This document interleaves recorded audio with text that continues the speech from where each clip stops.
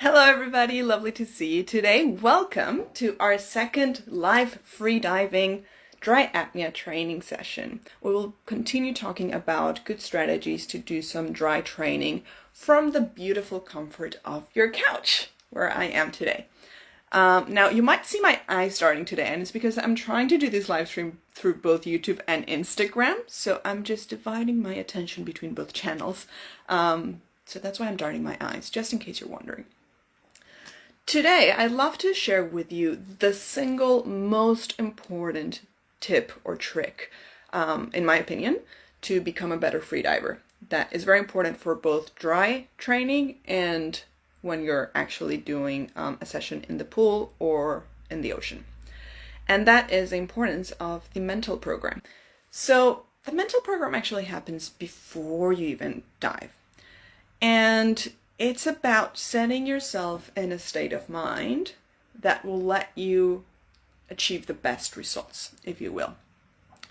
So the mental program has essentially 4 stages, I would say. Essentially what you want to do when you're starting to train for a dry training or wet training in freediving is the 4. I'll tell you what the 4 stages are, and then I'll go into each one of them. So the 4 stages are I like to call it symbolic entry. Then you have the body scan, the visualization, and then the actual dive. Now, the first one, the symbolic entry. This can be whatever it is that works for you. You decide what to do. But it's essentially an action, an actual bodily action that you can start kind of like pairing to your dives. And it's something that you don't want to do anywhere else or at no other occasion other than when you're going to do for a dive. The trick of the symbolic entry is that you want to create an association between this action and diving, so that whenever you do it, it's a way to tell your body, we're diving. This is what we're doing. And it'll kind of like set yourself into gear of like, okay, we're diving. In my case, what I like to do is just to take a very deep breath, but very like pronounced. So what I do is just like, it's essentially like a recovery breath. But I do it before I start my mental health program again, my mental program. And that signifies to my body, we're doing a dive. So you can do that. You can, I don't know, put a hand to your chest and one to your belly. You can rub your hands and do a little like namaste thing, whatever works for you. The point is, make an action, make it up, that signifies we're diving. So that's the first thing you want to do. The next thing you want to do as part of the mental program is a body scan. So unsurprisingly, freediving is very, very much like, well, it actually is a meditation. And it has a lot of the same elements that mindfulness does, and also things like yoga. So what you want to do when you start a training session is literally do a body scan as you would with a meditation. You want to, and I'm actually going to lay down because I'm going to be laying down in a second anyway when I do my breath holds. So to do a dry training session, what you want to do is you want to find a nice comfortable couch where you can lay down and be very comfortable. You want to be as horizontal as possible so that you're not crunched and you're like, your lungs have capacity to expand. And yet you just want to be as comfortable as you possibly can. So once you're lying down, you do your symbolic entry, in my case, and close your eyes and you just start doing a body scan. You start visualizing like every single part of your body. So you can start with your feet and you can like think, okay, I'm going to pay attention to my feet. What am I feeling in my feet today? Are they sore from walking? Are they maybe tense? I don't know. And you keep going up through all your body. So you start with your feet, then you go to your shins, then you go to your knees, then to your thighs. And whenever you feel that there's some tension, try to release that tension. So if you notice that you're gripping or that you're maybe like you're punching your shoulders, just let that go. And try to relax your body as much as you possibly can. Once you've kind of like done that, same with your neck, your face, every single part of your body. Once you've done that, you want to stay there for a few seconds and just be with yourself, as relaxed as you possibly can, and just pay attention to your body. And after you've done that body scan, the third stage of the mental program is you want to start visualizing what your training is going to look like. So if you're doing a training in the pool, you want to visualize that. If you're doing, like today, a dry training, you want to visualize that. So what does visualizing mean? You want to think about what you're going to do and walk yourself through what that's going to look like. So right now, for example, I'm going to do the exact same thing that we did last time, which is try a max breath hold with 2 warm-up dry apnea trainings. So I'm going to say, okay, in a second, I'm going to take a deep breath. I'm going to fill my lungs as much as I can, and I'm going to hold my breath. And I will hold my breath and be as relaxed as I can until I start feeling pressure in my chest for that first warm-up one. Once I start feeling pressure in my chest, I will do a full exhale, do 3 recovery breaths, which essentially mean 3 like very deep and quick in like breaths. So that is very important because like essentially you're hyperventilating, but the point is to reoxygenate as fast as you can. So you want to be doing that, and then I will breathe normally for 1:20, and then I will do a second one, and I will hold my breath until I start feeling pressure in my chest, and then I will keep going until I get a first contraction, which a contraction is essentially kind of like, I don't know, it feels like the urge to breathe, essentially, like it's your diaphragm is banging against your rib cage. When I feel that, I will do the same thing. I will do 3 recovery breaths, breathe normally for 1:20, keep relaxing, and then I will do another deep inhale, and I'll hold my breath again. And I guess the biggest thing with this visualization is you want to do it for the whole dive, to kind of like prepare yourself. But it's especially important for things that you think are going to be challenging. So for my max breath hold today, for example, what I want to be thinking is like that third attempt that I'm going to do. I'm going to hold my breath, and then what's going to happen? I'm going to start feeling contractions, and I'm going to start feeling that urge to breathe. And that's going to create a series of anxious feelings. So then essentially with a mental program, you prepare yourself for how you're going to deal with that. So you're like, all right, I'm going to start feeling contractions, and it's going to be very uncomfortable. So what do I want to do when that happens?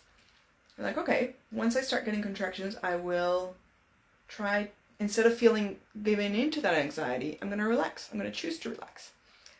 If I notice that I'm clenching muscles, I will try to relax them again. And I'm going to be curious about this contraction. So I'm going to count them instead of just giving in. And my goal today is going to be to count at least 10 contractions before I give in to breathing. Now, this exactly is why the mental program is so powerful. It's because you're essentially preparing yourself mentally to face whatever challenges come your way. So essentially when you're visualizing, you want to visualize a very good experience, because who would want to undertake a bad experience like willingly? So you want to think about all the reasons why you enjoy freediving and why you want to do this in the first place. So for me, it's that kind of like being fully immersed in the moment, those feelings of relaxation. So I bring into my head all of those feelings so that I'm like really hyped before I start and thinking, oh, this is going to be great. But then what you also want to do is you want to be very realistic with yourself and be like, all right, there will be moments where this uncomfortable things will happen. And have a plan for what you're going to do when that happens. So that when the discomfort comes up, rather than panic, you already have a plan. and you just like, oh, yeah, that's right. I thought about this and I said that I was going to count to 10. So that's what I'm going to do. And that's why it's so powerful, because essentially you're equipping yourself with the tools to get through any hurdles that might come your way. So, with that in mind, let's do this live training session. You're totally welcome to do it with me if you'd like. So find yourself a couch, lay down. Obviously your timings and mine will be very different. So check your own timings, but essentially what you want to do is you're going to do one kind of like warm-up breath hold, where you're going to hold your breath until you start feeling a bit of pressure on your diaphragm. Then you breathe normally for a while. Then the second one, you're going to hold your breath until you feel a first contraction. So again, kind of like your diaphragm hitting your rib cage, and it's involuntary, so you'll know when it comes. And then you breathe normally, and then try to hold your breath as long as you can and see how that goes. Now, if you did this last week, I encourage you to do this mental program before you do this one and see if that helps you last for longer, because I think it will. So with that, I will first put some nice music for us, some meditation music, and then I will start our little timer. So, as I said, first things first, symbolic entry.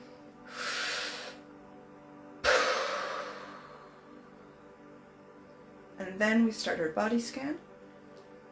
I start paying attention to my feet, to my ankles, my shins, my knees, my thighs, my hips, my belly, my lower back, my upper back, my chest. I notice a bit of tension in my chest, so I let it go. My shoulders. I notice my neck hurts a little bit, so I let it go. I try to relax. My upper arms, my lower arms, my hands. I notice I'm a bit tight against the couch, so I shift slightly to be more comfortable. My neck, my jaw, which is also a bit tight. My face, my head, and now I just relax. Breathe normally.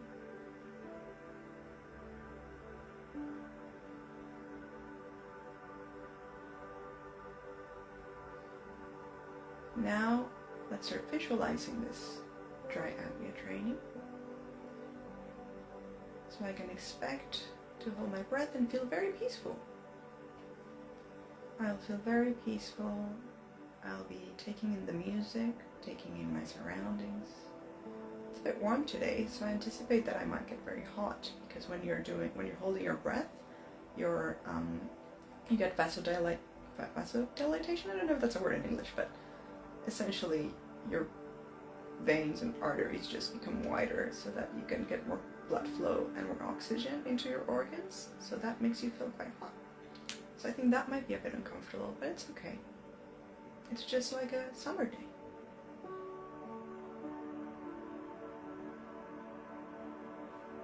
Now I'll hold my breath in this first instance until I just start feeling a bit of pressure, so nothing too crazy. So with that, 3, 2, 1.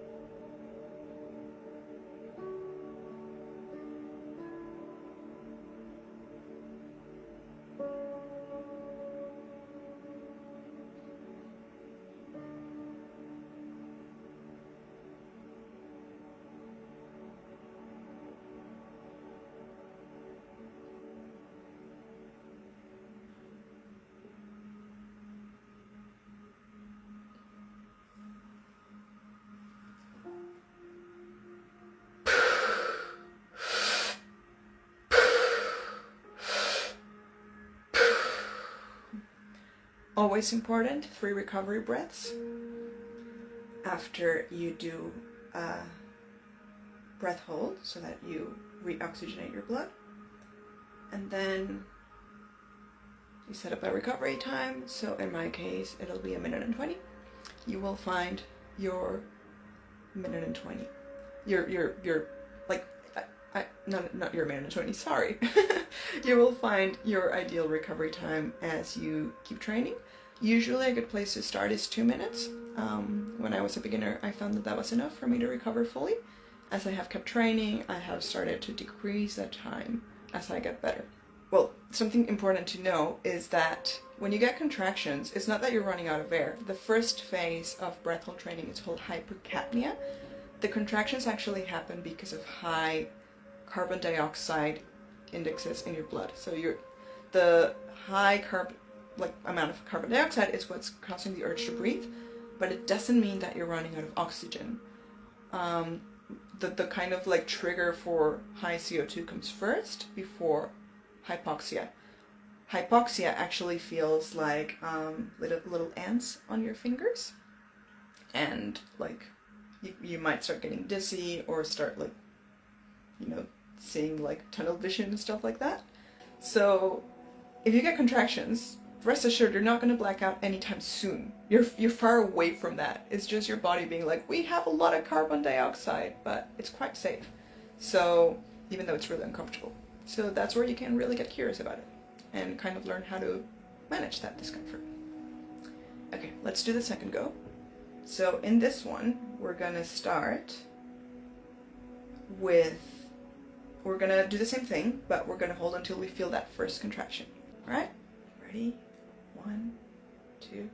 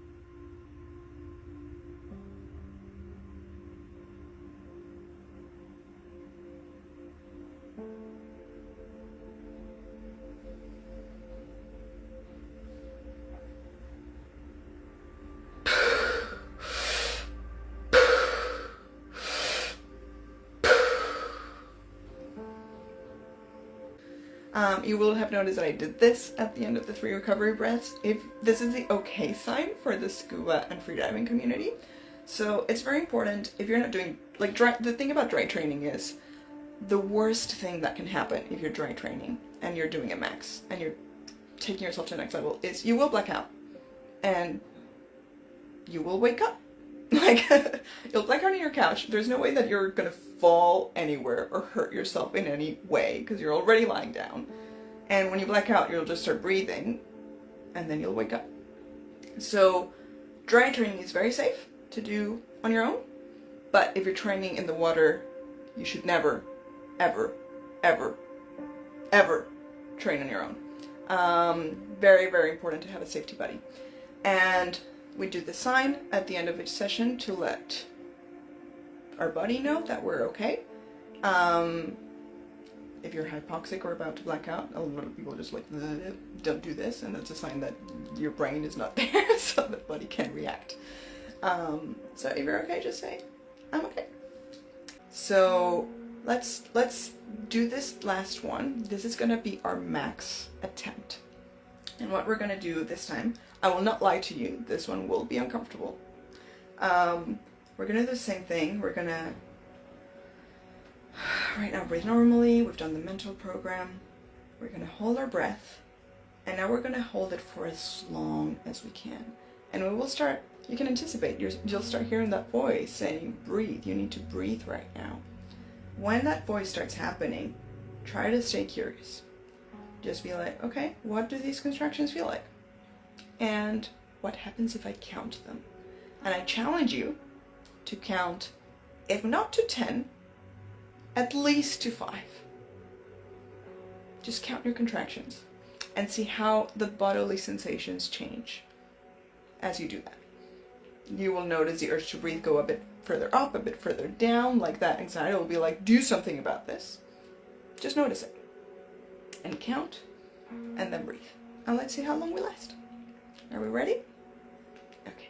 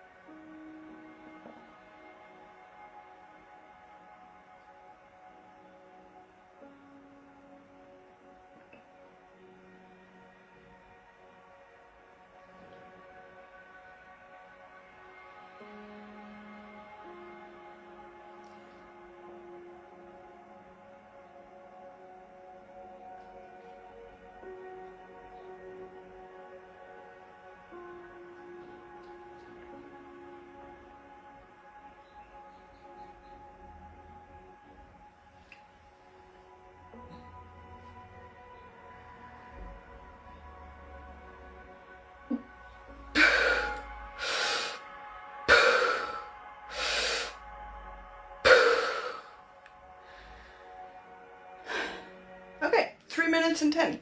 That's not bad. That's pretty good. I'm quite happy with that result. Last week I had 2 minutes and 50, which was a bit underwhelming for my usual max, but 3 minutes is good.